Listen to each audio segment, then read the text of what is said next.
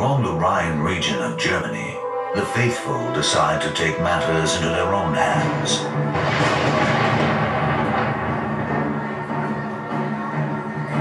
They are known as the flagellants.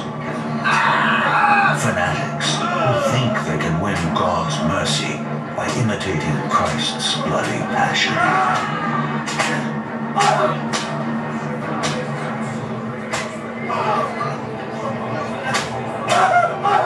Theirs is an extreme measure for an extreme time, and people flock to them in droves. People looked upon the flagellants as helping to ward off the disease, as perhaps their extraordinary penance might avert God's wrath and take away the plague. The notion of flagellating oneself might have a particular appeal, a very dramatic method of painful, dramatic method of scourging oneself of the sins in the expectation that you might not be alive tomorrow. In groups as large as 1,000 men, the flagellants commit themselves to a master for 33.5 days to mock their Savior's years on earth. Forsaking bath, bed, and sex, they piously march from city to city, performing gruesome masochistic acts before appreciative throngs. In his journals, the French chronicler Jean Nivenet writes, "The penitents scourged themselves with whips of hard-knotted leather with little iron spikes. Some made themselves bleed very badly between the shoulder blades, and some foolish women had clothes ready to catch the blood and smear it on their eyes, saying it was miraculous blood."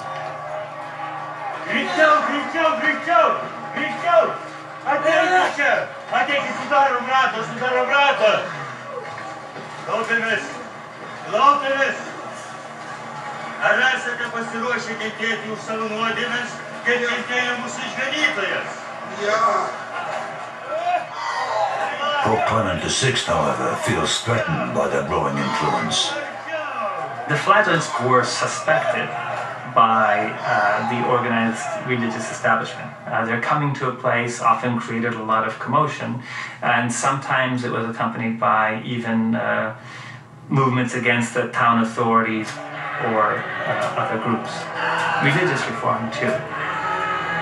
As the plague progressed, one senses that all the institutions in medieval society, including most notably the church, were shown to be the plague showed them to be as powerless as, they were just like everyone else, as the poorest peasant. This juggernaut will be hard to stop. The medieval masses are ready for a miracle, and the flagellants seem ready to deliver. That's what the flagellant processions and the sermons that attended them created. This moment of heightened, messianic, apocalyptic, now is the time expectation. In 1348, a maelstrom of hate more vicious than even the Black Death itself erupts. Shock gives way to a witch hunt. Someone must be responsible for this catastrophe, and they should pay.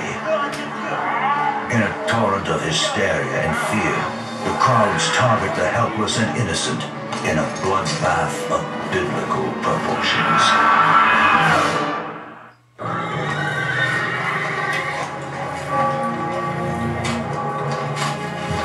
In the mid-1300s, the Black Death is rushing toward its apex. Already it has cut a path of destruction from Sicily to England. Convinced that God is punishing the world for its wickedness, the towns set out to purge themselves of all forms of sin.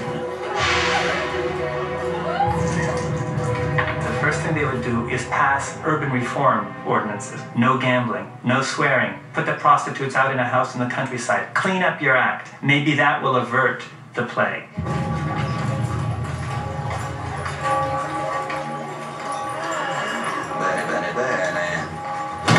Questo non deve succedere mai più.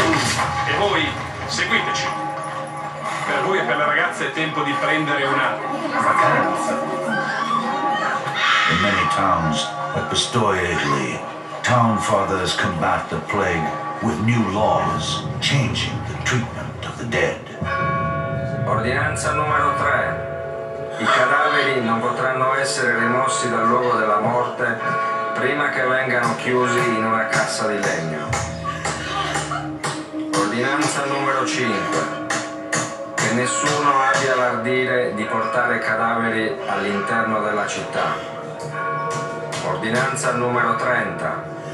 Durante i funerali le campane non potranno essere più suonate.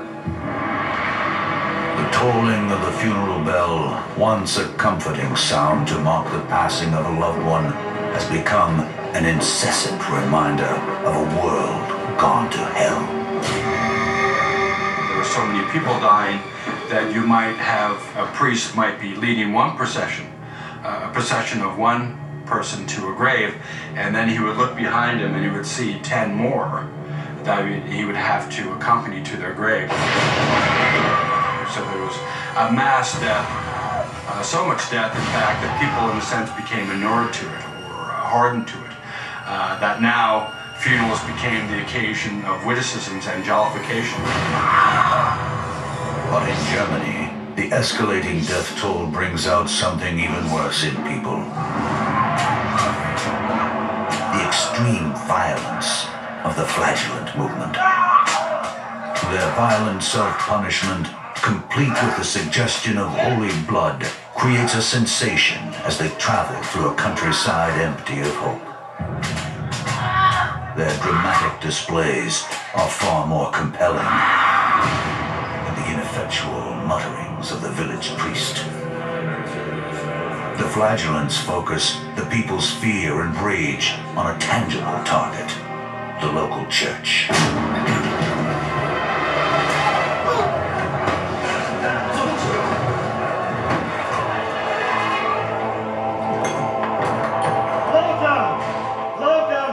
Believing their bloody sacrifice earns them God's grace, flagellants claim to perform Christ-like miracles.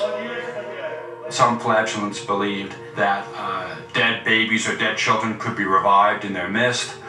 There's also a famous story of a cow talking as a miracle ascribed to the flagellants.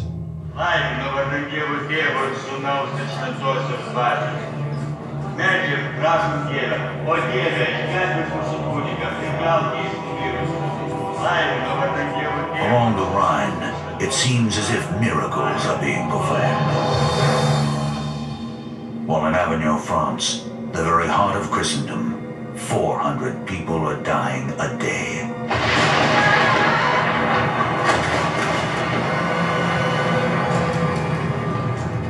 Pope Clement VI knows the flagellants pose a dangerous threat to his authority, but his cardinals urge him not to do anything hasty. They fear an attack on the movement at the peak of its popularity could cause a backlash against the church itself.